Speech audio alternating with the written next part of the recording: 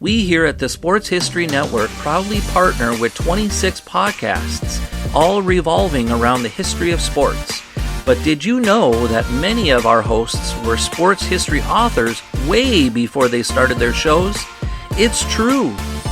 We've got Joe Ziemba, host of When Football Was Football, Joe Zagurski, host of Pro Football in the 1970s, Mark Morthier, host of Yesterday's Sports, Tommy Phillips, host of Lombardi Memories, and Scott Adamson, co-host of From the 55-Yard Line.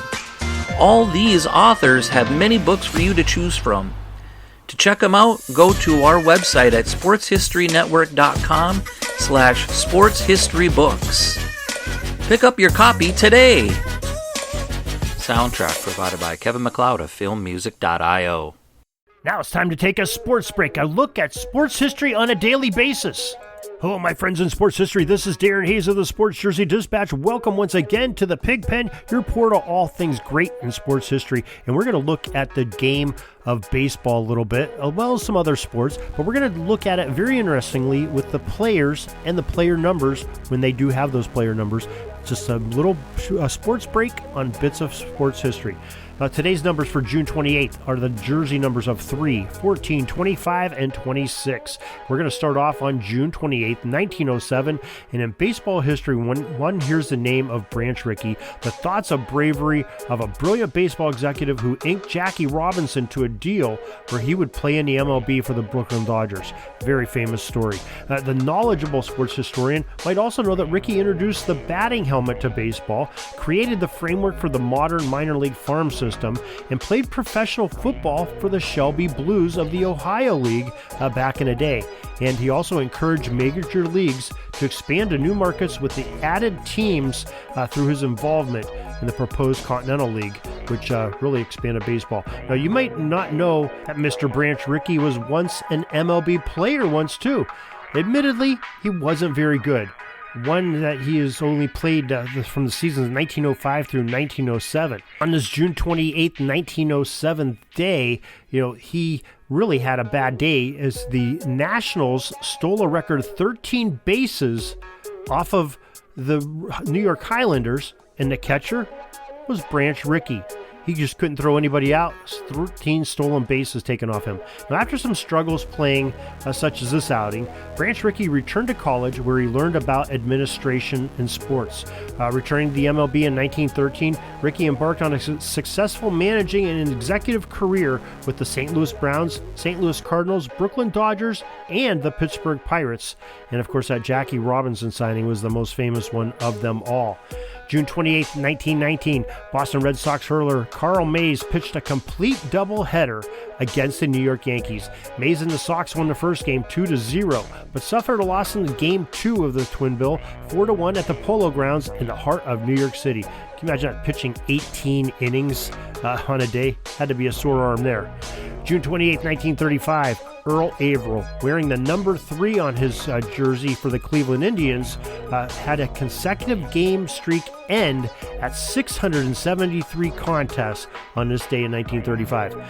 June 28, 1959, Philadelphia Phillies outfielder Wally Post, who wore that number 14 so well, became the only outfielder to throw out 2 runners in a single inning.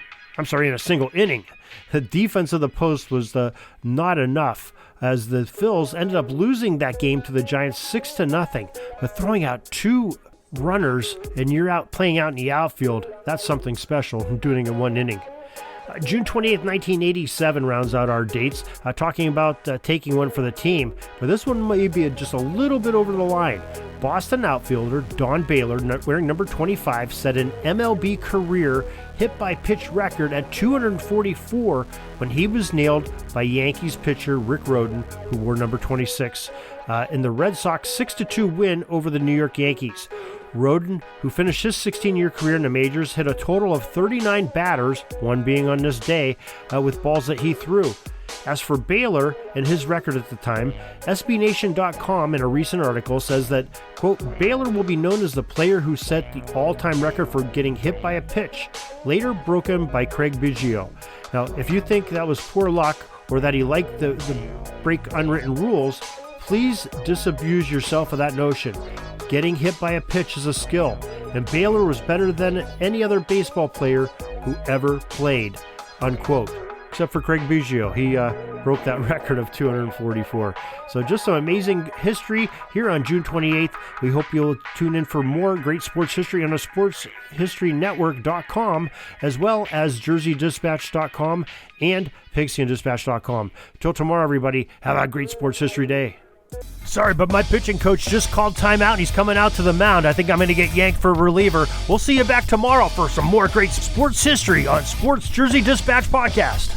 We invite you to check out our websites, jerseydispatch.com and pigskindispatch.com. Not only see the daily sports history, but to experience the preservation of great events and people that play the games. Find us on Pigskin Dispatch. It's also on social media outlets on Facebook, Twitter, Instagram, and don't forget the Pigskin Dispatch YouTube channel to get all your daily sports history.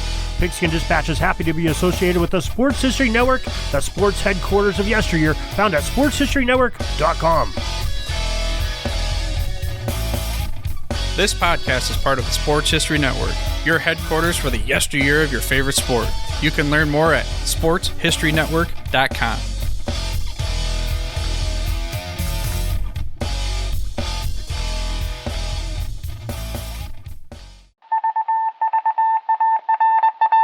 It was just another ordinary day in the offices of the Pittsburgh Guardian newspaper circa 1924. But for Marla Delft, assistant editor, everything was about to change. For she was about to discover the awesome attractiveness of Row 1 brand retro sports paraphernalia items thanks to Orville Mulligan, sports writer. And there it is.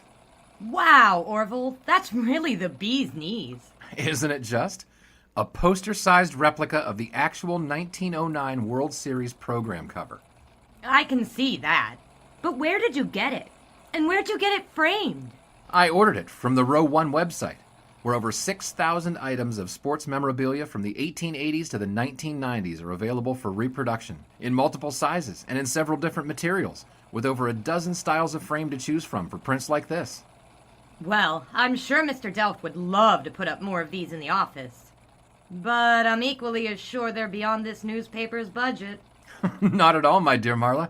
See for yourself. Go to sportshistorynetwork.com/row1. sportshistorynetwork.com/row1. Oh my, these are good prices. Oh, and look at this stuff. Oklahoma-Nebraska football, college basketball art, Michael Jordan items. And so it retro was that sports Marla Delft advertisement discovered the collaboration. splendiferous magic of Row 1 sports memorabilia, arts, and prints. You can too by visiting sportshistorynetwork.com/row1. That's ROW1 today for access to the full Row 1 catalog of gallery prints and gifts like t-shirts, long-sleeve shirts, telephone cases, coffee mugs, blankets, pillows, towels, and even shower curtains. Act today for 15% discount off all prints with coupon code SHN15 and 20% off all other items with coupon code SHN20 at checkout. And keep your dial locked to the Sports History Network for the exciting chronicles of the 1920 sports world in Orville Mulligan, sports writer. Coming soon.